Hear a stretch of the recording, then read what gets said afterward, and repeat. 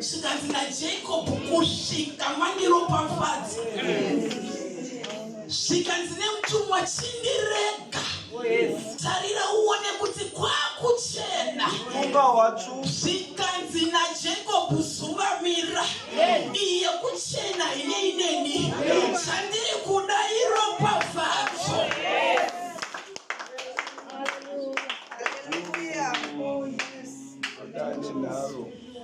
Kana kuchena ngakuchena. Asi kunotochena mandiropafadza. Hallelujah. Zvikanzi naElijah, iwewe Elisha chidzokera. You need an understanding.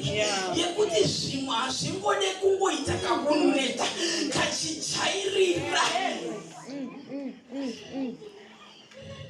Zvikanzi naElisha ina handidzokere.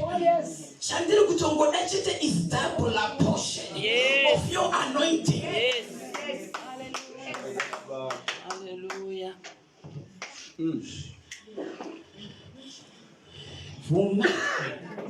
This is for yourself, my sister. Hatisi kumbokasta madhimoni. Hatisi kutombokasta. Hatina kutomboya nemweya wokudzinga. That's for another day. That's for another day. Iwe be delivered wega. Hallelujah. Unaziva madhimoni ekumushakwena. Hallelujah. Ekwachihera unaziva, ekwasamaita unaziva, ekwamamoyo unaziva. Unaziva wega. Saka fight your own battle until you win. Chandongo kutaura ndechekuti Mwari wacho akazara pano.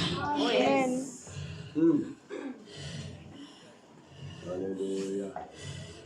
Pane mumwe murume anoita nharo kandi Absalom. Akati ndakabvirei Geshuri. Kana ndisingaone chiso chababa. Unotoda nharo. Kuti kana zvanetsa munda wacho ngaucho. Nokuti ndakabvirei.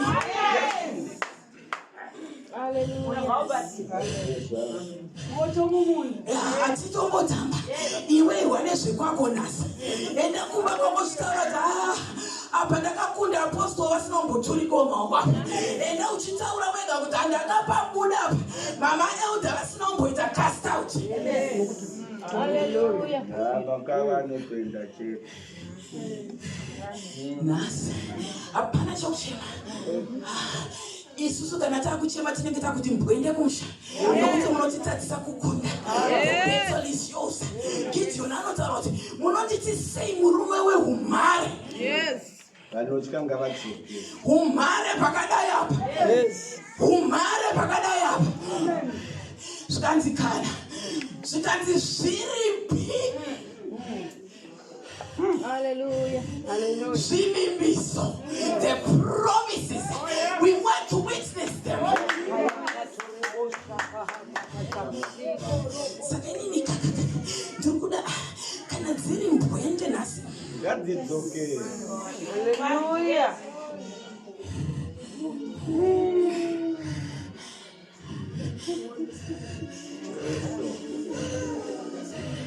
The Holy Spirit is saying. Theme yedu yokutaura kupinda iyo. Ameno pasi. Tinenge tichifamba netheme inonzi Jesu chete chete. Thank you Lord. Mazvita muyamuje. I don't know when is the all night. But Jesu chete chete.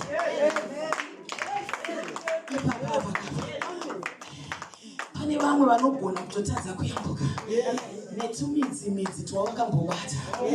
Jesu wacho vari kumuda zvavo. Vari kunyaradzwa kuti chirega kuchema. But kuyambuka vari kuzvona ndopayambuka sei. Inini ndine zvandakamboshandisa. Hallelujah. Ndiwo unozviziva zviri mumwoyo mako. Uya uponeswe. Uya uponeswe. Ndiwe unozviziva zviri mumwoyo mako. Uya uponeswe. Uya uponeswe. Ati unozviziva zviri mumwoyo mako. Uya uponeswe. Uya uponeswe. Oh mai unozviziva zviri mumwoyo mako. Uya uponeswe.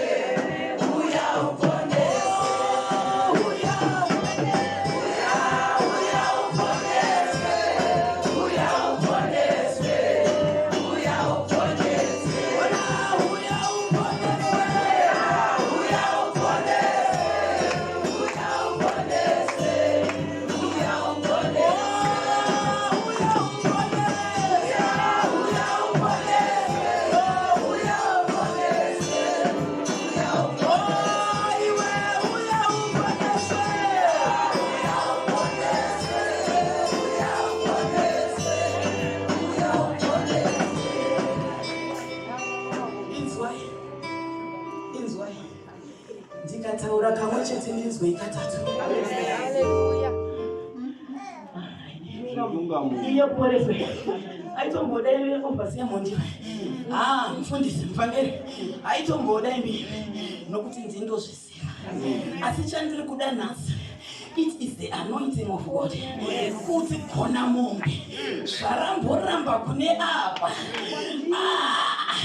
rega ndikutaurire kunyangwe ava vakanotsvaga munyika uyu, they will also not sure.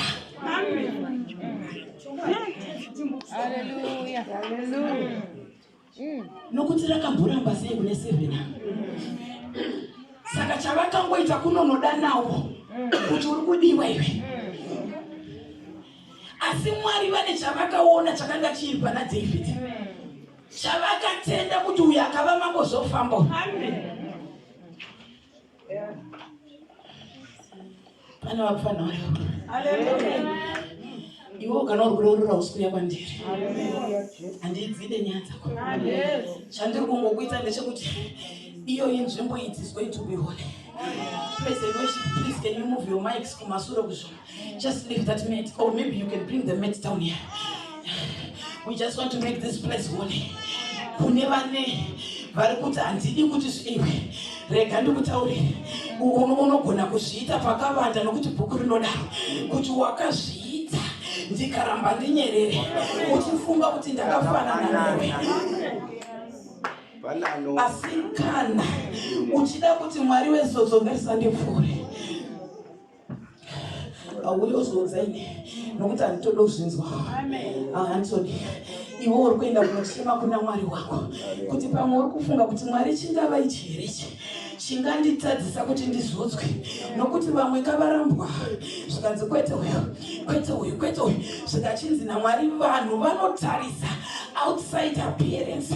Vanhu vakaona kakubwinya so vanofunga kuti unokodzera, vakaona makeup ako unofunga kuti vanokodzera, but Mwari votaura kuti kana ari nhasi I'm not focusing on that. Handina basa nemakeup yenyu, handina basa nemeno peruvian inodhurisa, handina basa nemaheels enyu, chandiri kuda moyo.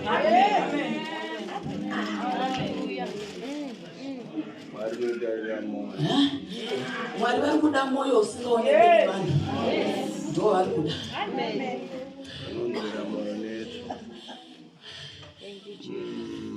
Ndinzverei Mwari, ndinzverei mangwanani yangu, ndinzverei Mwari, ndinzverei. Unofana kuuya. You know, it's times you don't need an altar call yekuti uya